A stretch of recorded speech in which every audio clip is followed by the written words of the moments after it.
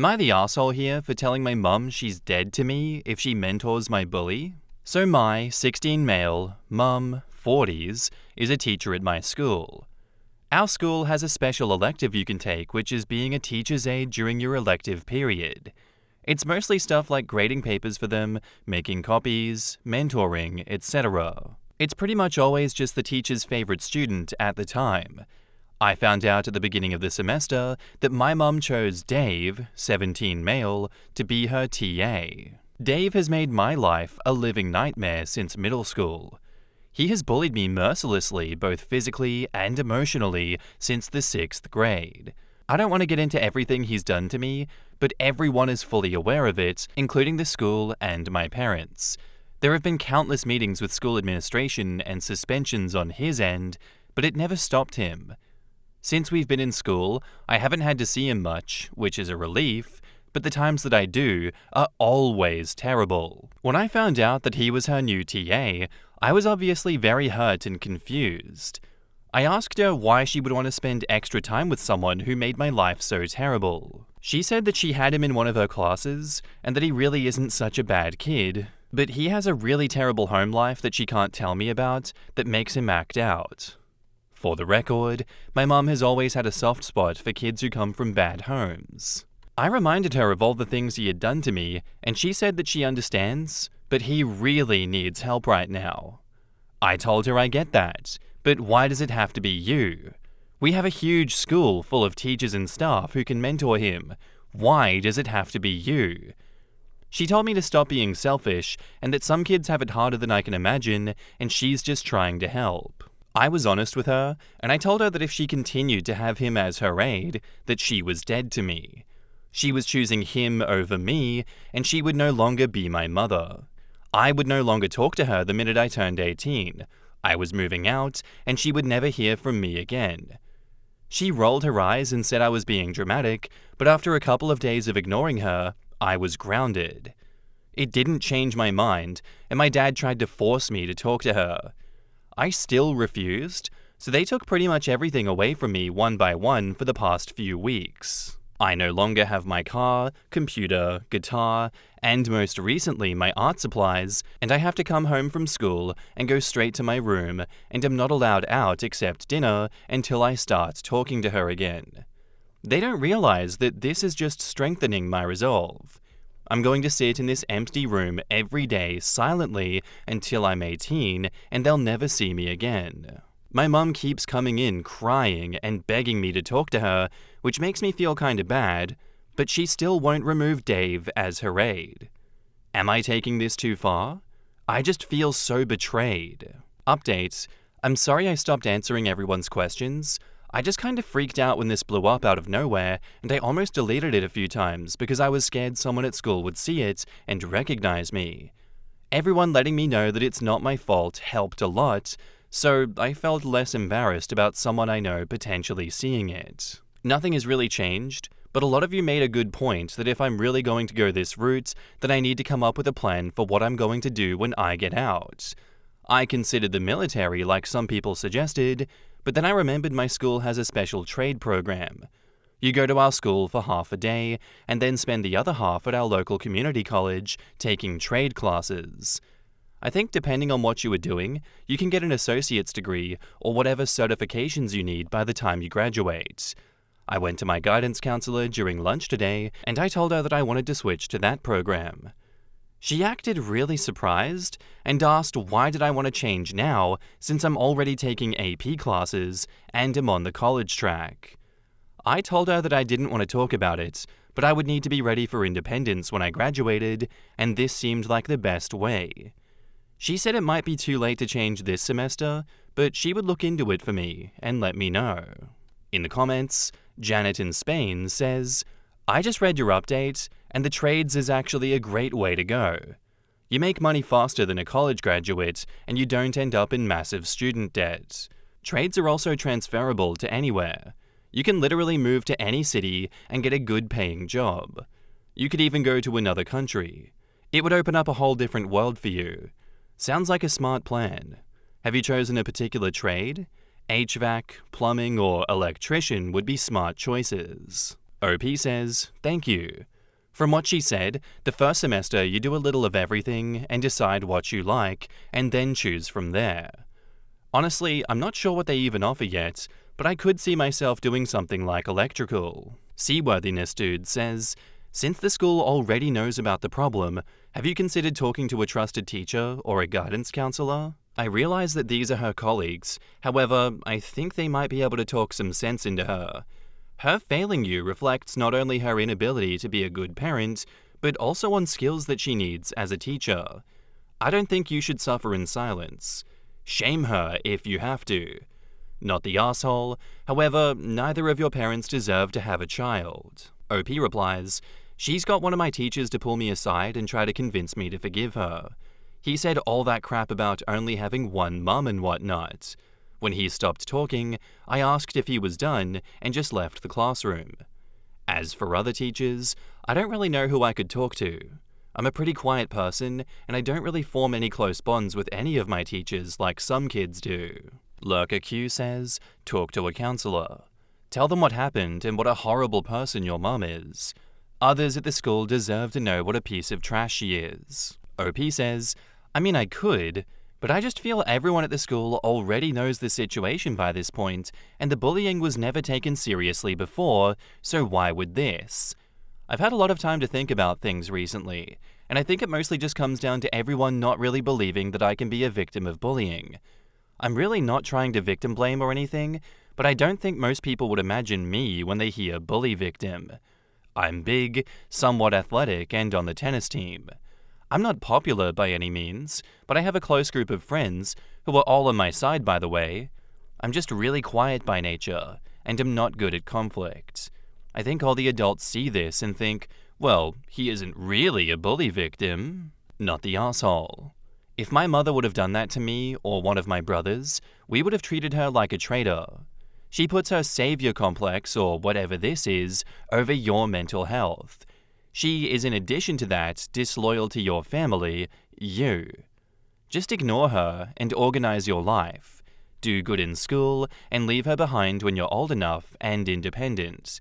I cannot even compute how people can do this to their own blood, but here we are. I wish you the best. I couldn't figure out what was bugging me about this. It's the mum's savior complex. You got it down perfectly. She wants to be the teacher who reformed her son's bully at the expense of her relationship with her son. Well, when it's finally shown she's a bad parent and he bails at 18, she'll get her recognition. Charity is great when you make others suffer for it and you get all the credit. I'm on board with that. I don't think she realizes how delusional she is being in going against everything her son wants. I understand in some situations you can be like, whoa, son, you're overreacting. You obviously don't know what you're talking about and I'm doing the correct thing in this situation. But this ain't it. This is not it, Chief. She knows full well what her son went through. She understands everything that boy did to him. You don't turn around and go, you know what, I'm going to reward that behavior because his home life was really bad. Yours was really good, so shut your mouth. If she wants to end up alone in the nursing home with no one visiting her, no grandkids by her side, go ahead, mother. Make that choice, you know? Burn your relationship with your son for nothing. It's not like Dave is gonna come replace your son at this point. You get nothing out of this. I think OP is correct here, and his parents punishing him for it by taking everything away piece by piece is only having the opposite effect of what they think is going to happen.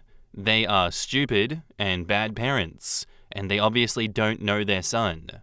And they don't know how to parent correctly. That's not correct parenting. So no, not the asshole for this, OP. Keep standing your ground, leave that house, get your independence, and show them just how badly those two messed up. And now onto the final update.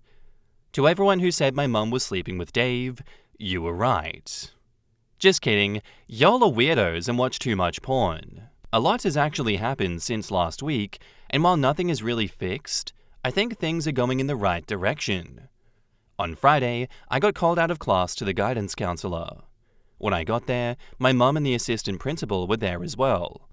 The counselor asked me to sit down and said that me changing tracks from college to trade, like I mentioned in my last post, was a big decision, and she wanted me to sit down with my mum and me to figure out if this really was the best for my future. She first asked me if I would fully explain why I wanted to switch. I explained the whole situation from my perspective and about how I was being punished. I said that if this is how I was going to be treated from now on, I wanted to become independent as soon as possible, and going to college would have me relying on my parents for longer than I would like. She then asked my mum if she had anything she would like to add. My mum tried to downplay the whole situation at first and make it look like I was just being stubborn and disrespectful. But as the counselor asked her more questions, it became pretty clear that my side was the truth. After this, the AP stepped in and said that a teacher's aide was not worth all of this turmoil and that Dave would be switched with another teacher. The counselor then asked me if this would help me start working things out with my mum. I said not really, because it wasn't even her choice, and she hasn't even admitted that she's done anything wrong.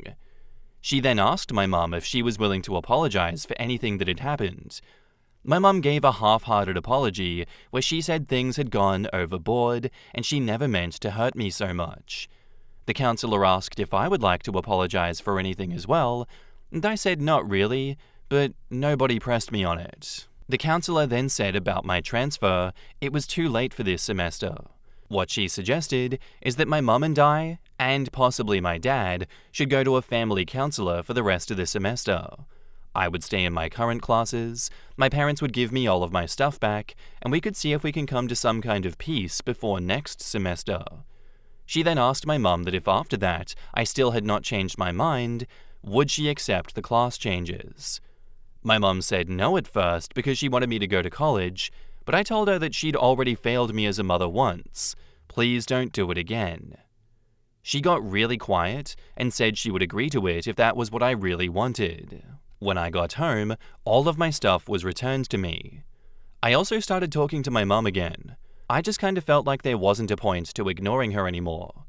I don't treat her like a mother or anything anymore, but I'll answer her if she asks me a question.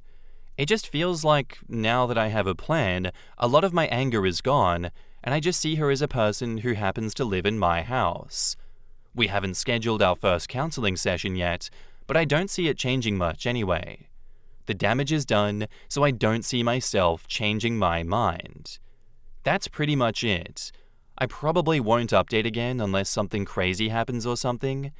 Thank you to everyone who gave me good advice. In the comments, Material Cellist says, I still don't understand how a mother does not choose their own child. I would basically keep your mother at a distance until you get out of there and then go no contact. And I would include no contact with your dad too, because he didn't have your back either. I hope the very best for you. You deserve so much more, and parents who put their child first. I'm so sorry your parents have failed you. See ya. Spectrum Woes says, I agree that until your mum sees what she did was wrong, and that she totally disregarded your feelings, and disrespected you, not much will change, and she can't expect it to just magically heal.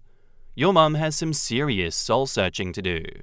I doubt much will change. At least in the short term, maybe 5 to 10 years from now, she will have some better perspective on how she messed up, and that she was wrong, and that she can genuinely apologize and genuinely feel remorseful for her actions. But to me, this was not a good update. She didn't admit to any wrongdoing.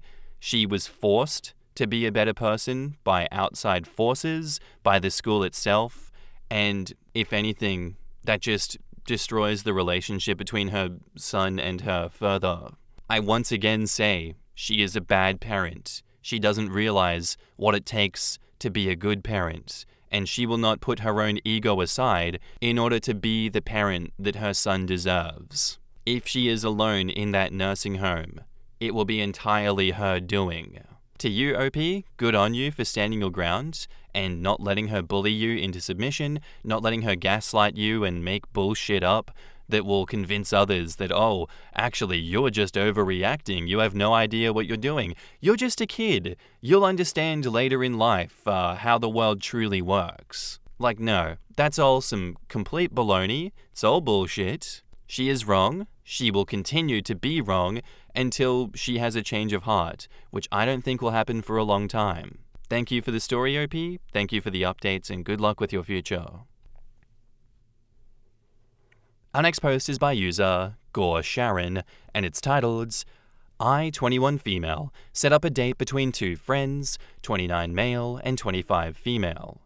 Something went wrong that night, and now my guy friend won't talk to me. I met my friend Chuck, 29 male, about 1.5 years ago.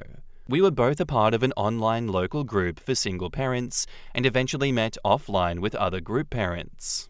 I've known Britt, 25 female, since high school. Chuck's wife died of childbirth complications the day their daughter was born, more than 2 years ago. Britt is a few months out of a 9-year relationship. Both of them have expressed wanting to meet other people, and I thought they'd be good for each other because of common interests, and we all have kids of similar ages. 2 days before Christmas, Chuck and Britt went out on their first date. I kept Chuck's daughter at my house so the two could have more time together without him having to worry about the baby. The plan was for her to spend the night. She's done it before and gets along great with my 3-year-old girl, but Chuck knocked on my door at 11 p.m. to get his daughter. He barely said a word to me, and I could tell he had been crying, but he wouldn't tell me what was wrong. The next day, I asked Britt what happened. She said that they had dinner and a couple of drinks. Things were going excellent. She said she felt like they had great chemistry and were even getting physical at his house, but he suddenly told her to stop and to leave immediately. She swears she has no idea what she did wrong and is really hurt by the whole thing.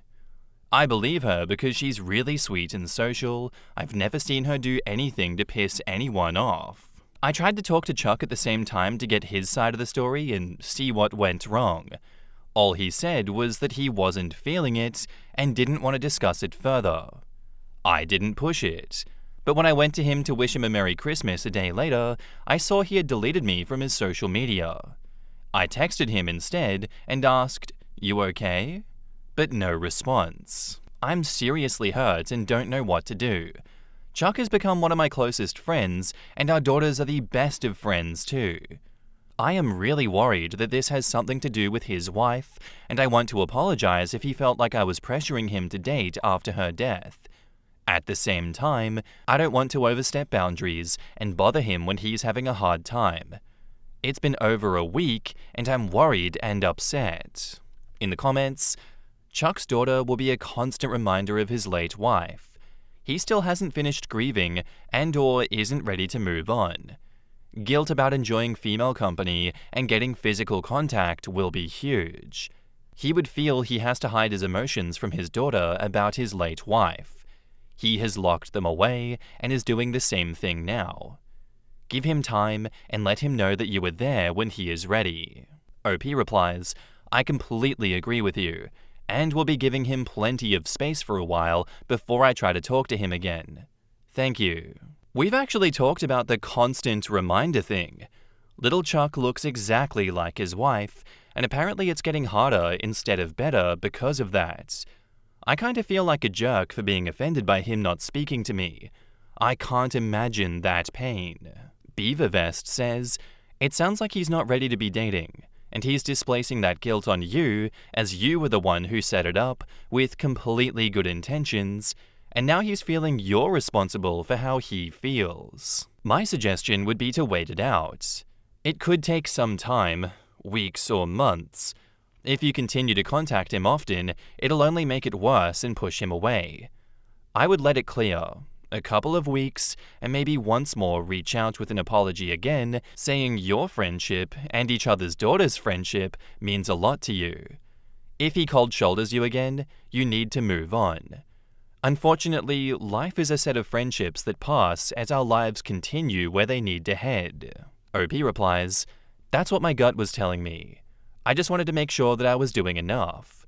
Hopefully he'll come around, because I've gotten really attached to him and his kid. It would be so sad to never see them again. Edit. Someone mentioned that Chuck may be in love with me, but deleted the comment. I still want to address that. He's almost a full decade older than me and has never expressed those feelings for me at all. In fact, the week before he cut me off, He said that I was a great friend and he was happy that his daughter had some female figures in her life. Fennec Murder says, I'm the one who mentioned he might be expecting romance with you, and I didn't delete the comment, I got downvoted into oblivion. And then he quotes the edit. You mean like a new mum? A great friend just needs a little intimacy and mutual attraction to become a significant other. Common interest, trust, respect are already there. Read the signs. Being a decade older never prevented men to be romantically interested in younger ladies. The fact you use it as a demonstration might indicate you don't want to see he may be into you while still mourning his wife.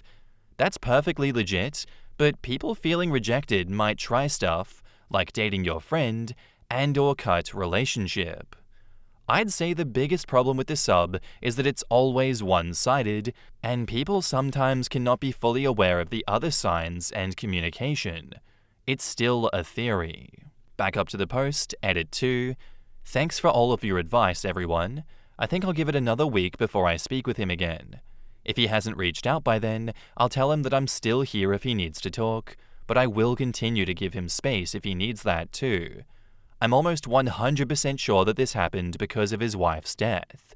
Another one of my friends who was still on Facebook saw that he had changed his cover photos several times since Christmas, and all of them were from his wedding. I think we can all speculate as to what exactly happened between those two, but really all we have to go off is he was crying after the date, and he was obviously incredibly messed up, and Britt was not messed up.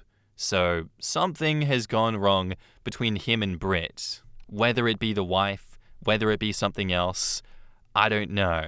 Most likely it has something to do with the wife, but if he were to unfriend OP because of the trauma he has around his wife, I don't really see that happening. That doesn't seem very likely.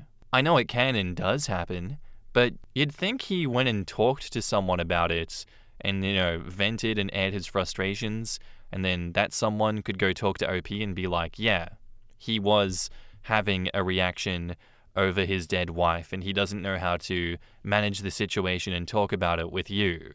This to me is just such an odd situation that I don't want to speculate too much. And now, on to the update. Chuck finally contacted me 2 days ago. He apologized for unfriending me and not talking to me. As many of you said, he was embarrassed by what happened on the date and even angry at me for setting them up. She completely lied to me. He maintains that they went to dinner and had drinks, but then he says that Britt got completely shit-faced and was trying to get him to have sex in the parking lot. When he said no, she got very aggressive to the point where he made her get out of the car and got her a cab. Once he knew she was gone, he went to my place to get his daughter and was so pissed at me he couldn't talk to me about it. Of course, I apologized profusely and told him I didn't know that she was like that at all. He doesn't blame me and said I didn't need to be sorry, so we're cool now. I confronted Britt yesterday. All I said was that Chuck told me a different version of events. She started crying and admitted to everything all on her own. She asked if I could ever forgive her, and I said yes, but I'm not sure if I was telling the truth. I'm not sure if I should keep Britt as a friend. I am really disgusted by her behavior, and I know if the sexes were reversed, I would stay the hell away from her. In the comments, Arizona Green Tea says, wow, I've been waiting patiently for this update, but I definitely did not expect this. Sorry about your friend Britt, OP. I'm glad things between you and Chuck are okay now. OP says, me neither. I never would have guessed if he didn't tell me. Faceless Void says, you could just distance yourself for a bit. If I were you, it will definitely depend on her actions from here on. Is she really apologetic? Has she sent a sincere apology to Chuck? If yes, I will still maintain a friendship, but not hang out with her too much for a while. It's still pretty annoying that she acted so stupidly and then lied to you afterwards. What for? I don't know. As if you wouldn't find out the truth sooner or later, but if she is a great friend otherwise, this is forgivable given time and good attitude on her part. At least now you know not to set her up anymore with any of your friends. OP says, totally with you on the lying. I'm super annoyed that this could have been solved way earlier with honest communication from everyone involved. She apologized for lying, but not anything else. Just excuses about how she acts when she drinks too much. Someone else says, I think perhaps before cutting Brit out of your life, you should straight out ask Chuck if he felt like she was rapey or just a pushy drunk. Did he have to physically force her out of the car? Lots of guys call women names and act like assholes when we refuse to have sex with them, but there's a huge difference between being a drunken jerk and a rapist. Did Chuck feel threatened by Brit, or just offended and turned off by her? Chuck obviously doesn't want to go on a second date, but he may not feel like you cannot be friends with Brit. OP says, he felt threatened for sure. He said that the other day, and in hindsight, I could feel it when he came to my house that night. He had been crying and didn't talk to anyone for weeks. Organic Frost says, quote, she got really aggressive. Make no mistake, that means she sexually assaulted him regardless of how successful she was. In that context, his response makes total sense. I would drop her. Edit, she apologized for lying, but not anything else. Just excuses about how she acts when she drinks too much. This is a quote from you in another comment. That means it's not the first time she's assaulted someone. OP says, holy shit. I don't know how I didn't catch that. Thank you. Yeah, I would drop Brit as a friend. I would drop her so fast. That is completely inexcusable. There is no reason to keep her as a friend anymore. She's bad news. She's no good. She is a sexual predator. And she doesn't care that she is one because she has no remorse for her actions. She refuses to recognize the damage that she's done. What point is there in keeping her around? If you do, you're just enabling a sexual predator to continue and possibly hurt more of your friends. OP, I'm glad that you read the comments and that people are opening your mind to these things, but if you have any self-respect, you will walk away from her and you will tell her that she is a bad person for doing what she's done and that she should feel ashamed of herself and that she deserves consequences. Life doesn't always give people like that consequences, but she definitely deserves them. Thanks for the story, and thank you for the update. Anyway, guys, that's all I have for you today. I do hope you enjoyed the episode. If you did, let me know what you thought of it in the comments down below, and I'll see you in the next one. Bye.